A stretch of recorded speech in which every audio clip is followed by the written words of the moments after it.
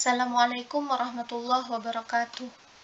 Perkenalkan, nama saya Widya Anggraini, NIM J1B1200005. Pada kesempatan kali ini, saya akan memaparkan materi pada mata kuliah Daya dalam bidang pertanian.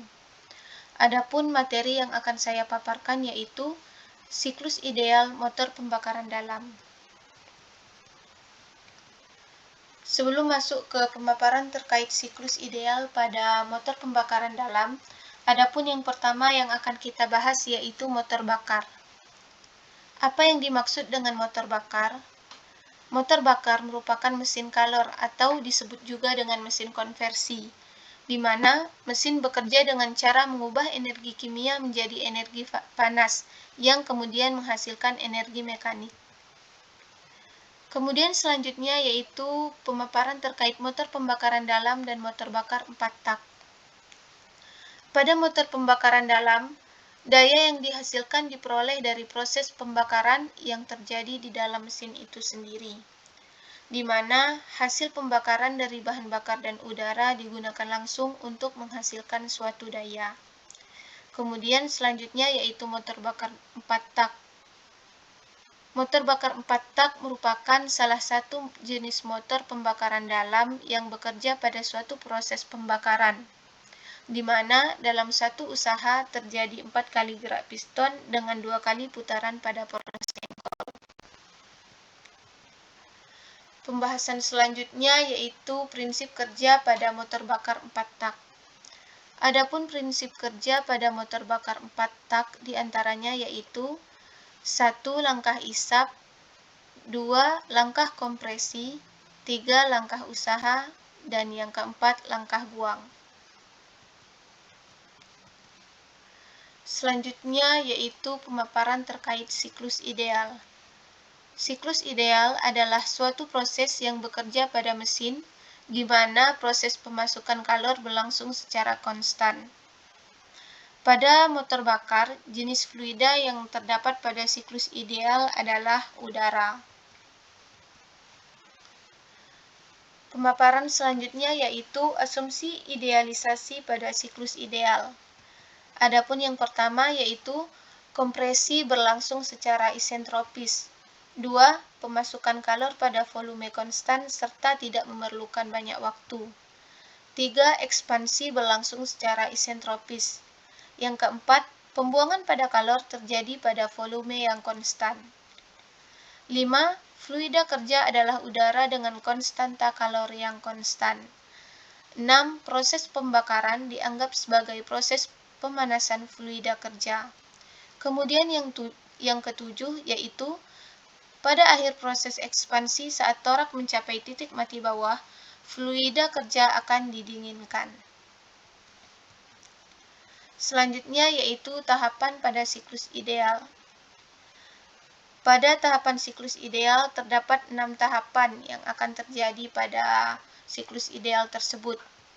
Yang pertama yaitu langkah isap, di mana menghisap udara pada tekanan konstan, katup masuk terbuka dan katup buang akan tertutup. Campuran bahan bakar udara mengalir ke dalam silinder melalui lubang katup masuk. Kemudian langkah kompresi. Semua katup akan tertutup, di mana campuran bahan bakar dan udara di dalam silinder ditekan dan dimampatkan oleh torak yang bergerak ke titik mati atas. Kemudian langkah pembakaran. Di sini perpindahan kalor ke udara pada volume konstan yang diambil dari sumber luar ketika piston bergerak pada titik mati atas yang mendorong proses pembakaran campuran dan udara bahan bakar. Kemudian proses yang keempat yaitu proses ekspansi. Pada proses ini, api busi akan menimbulkan letusan yang menghasilkan tenaga yang mendorong piston bergerak menuju titik mati bawah. Selanjutnya yaitu langkah buang. Pada proses ini, saat volume konstan di mana kalor dibuang dari udara ketika piston berada pada titik mati bawah. Dan tahapan terakhir yaitu langkah pembuangan, di mana piston bergerak naik dari titik mati bawah menuju ke titik mati atas. Katup masuk dalam keadaan tertutup dan katup buang dalam keadaan terbuka. gas sisa pembakaran terdorong menuju saluran pembuangan. Selanjutnya yaitu faktor penyimpangan yang terjadi pada siklus ideal.